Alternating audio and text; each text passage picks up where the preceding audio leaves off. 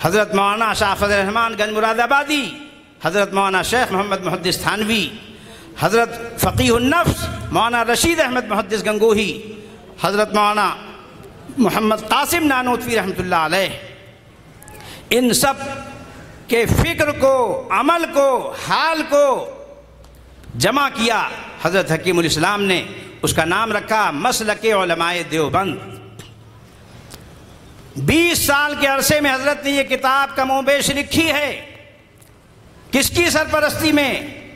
شیخ الاسلام والمسلمین حضرت علامہ شبیر احمد عثمانی، شیخ الاسلام والمسلمین حضرت مولانا سید حسین احمد مدنی، حضرت مولانا علامہ محمد ابراہیم بلیاوی، اور اپنے بعض احباب جو حضرت حکیم الامت کے مجازین تھے اور حضرت کے رفقائے درس تھے، ان کے مشورے سے حضرت نے 20 سال میں کتاب لکھی ہے۔ اس کا متن اس وقت عرض کرتا ہوں، وقت کم ہے۔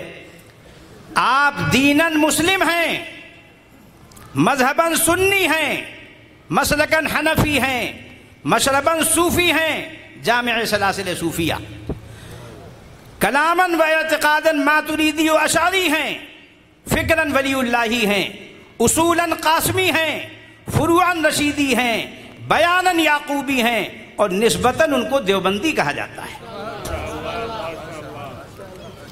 ہمارے استاذ الاساتذہ ریحانۃ الہند حضرت مولانا محمد زکریہ صاحب شیخ الحدیث مظاہر علوم سہارنپور نے ہمارے استاذ حضرت مولانا مفتی محمود حسن گنگوہی کو بلا کر فرمایا کہ میں پابگور ہوں، قبر میں پیر لٹکائے ہوئے بیٹھا ہوا ہوں، اس وقت اپنے کو سنی المذہب، حنفی المسلک اور چشتی المشرب کہنے والے بہت ہیں، لیکن ان کے لیے مابہر امتیاز طے ہو جانا چاہیے۔ حضرت نے فرمایا میری طرف سے اس کو بطور وصیت کے لکھ لیا جائے کہ جو حجت الاسلام حضرت مولانا محمد قاسم نانوتوی نے، فقیہ النفس حضرت مولانا رشید احمد گنگوہی نے، اور حکیم الامت مولانا شفیع تھانوی رحمۃ اللہ تعالیٰ عنہ اجمعین نے اپنی کتابوں میں، تفسیر میں، حدیث کی تشریح میں، مسائل میں، فتاویٰ میں، ان سب چیزوں کے اندر جو چیزیں خواہ ملفوظات و مواعظ میں ہوں اس کو لکھ دیا ہے، اس کو اپنی نظر میں رکھا جائے۔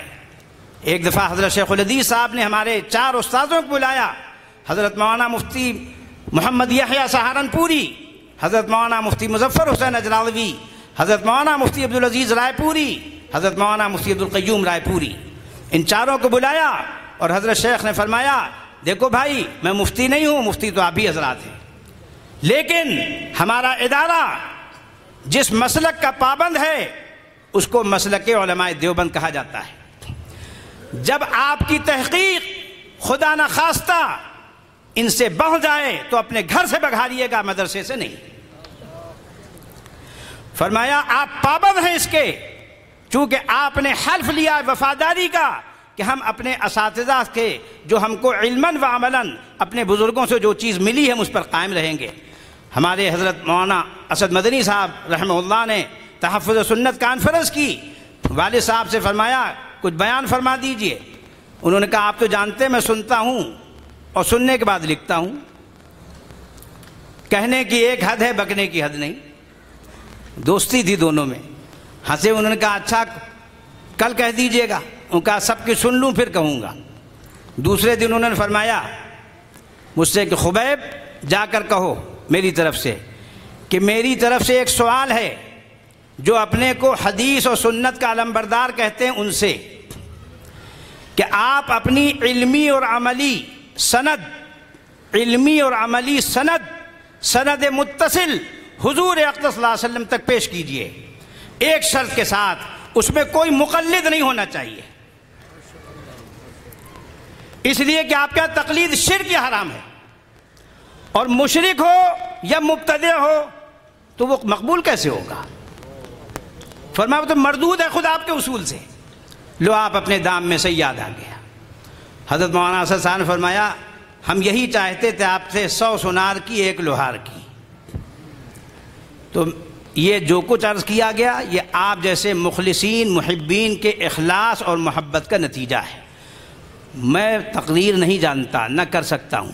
میرے استاذ حضرت مولانا سید صدیق احمد صاحب باندوی رحمۃ اللہ علیہ فرماتے تھے، مجمع میں مخلصین یا کوئی مخلص اللہ کا بندہ بیٹھا ہوتا ہے، اس کے اخلاص و محبت کی برکت سے اللہ تعالیٰ کوئی بات ازراہ اخلاص کہلوا دیتے ہیں۔ اللہ تعالیٰ ہم سب کو اپنی نیتوں کو درست کرنے کی توفیق عطا فرمائے، جس کے لیے اخلاص شرط ہے، اور ہم سب کا عمل مقبول ہو جس کے لیے علم صحیح شرط ہے، دنیا میں ہم ہدایت یافتہ ہوں اور آخرت میں نجات یافتہ ہوں۔ مجھے اپنے اساتذہ سے جو علمی اور عملی سند حاصل ہے اس کو میں شروط معتبرہ کے ساتھ اپنے ان طلباء کرام کو بھی اس کی اجازت دیتا ہوں جنہوں نے اپنے اساتذہ سے پڑھا ہے اور آئندہ ان کو اپنی تربیت کا خیال ہے۔ میرے شیخ و مرشد فرمایا کرتے تھے کہ رسمی طالب علمی ختم ہو جانے کے بعد حقیقی طالب علمی شروع ہوتی ہے۔ وآخر دعوانا الحمدللہ رب العالمین۔ جی جی میں نے بسم اللہ الرحمن الرحیم۔ قال النبی صلی اللہ تعالی علیہ وسلم الراحمون یرحمہم الرحمن تبارک و تعالی ارحموا من فی الارض یرحمکم، فی روایت یرحمکم من فی السماء، او کما قال علیہ الصلاۃ والسلام۔ وقال النبی صلی اللہ تعالی علیہ وسلم یا معاذ انی احبک فقل اللہم اعنی علی ذکرک و شکرک و حسن عبادتک، او کما قال علیہ الصلاۃ والسلام۔ وقال النبی صلی اللہ تعالی علیہ وسلم من صافحنی او صافح من صافحنی الی یوم القیامہ دخل الجنہ، او کما قال علیہ الصلاۃ والسلام۔ مجھے ان روایات کی اجازت حضرت مولانا محمد حیات خلیلی جو حضرت مولانا خلیل احمد امبیٹوی کے شاگرد اور حضرت شیخ الہند مولانا محمود حسن دیوبندی کے مجاز تھے ان سے بھی ہے، اور حضرت مجدد الفسانی کی 10ویں پشت میں حضرت شیخ عبدالغنی مجددی کے نبیر اکبر حضرت شاہ ابو الحسن زید فاروقی مجددی دہلوی سے بھی ہے، اور حضرت مولانا حکیم محمد ایوب سہارنپوری جو حضرت شیخ الحدیث مولانا محمد زکریا صاحب کے سمدھی تھے، اور ان کو اجازت تھی حضرت مولانا ثابت علی پرقاضوی، حضرت مولانا عنایت اللہ سہارنپوری، حضرت مولانا خلیل احمد امبیٹوی اور حضرت مولانا محمد الیاس کاندھلوی سے۔ اللہ تبارک و تعالی ہمارے ان سب بزرگوں کی قبروں کو منور فرمائے، ہمارے والدین کو، ہمارے اساتذہ کو، ہمارے مشائخ کو ان کے درجات بلند فرمائے، ان کو ہم سب کی طرف سے بہترین بدلہ عطا فرمائے۔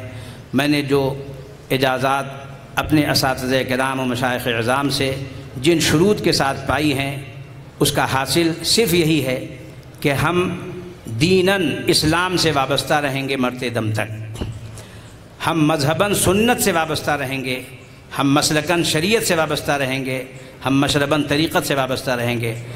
رخصت ہو یا الہی جس دم غلام تیرا، ہو دل میں یاد تیری، ہو لب پہ نام تیرا۔ وآخر دعوانا الحمدللہ۔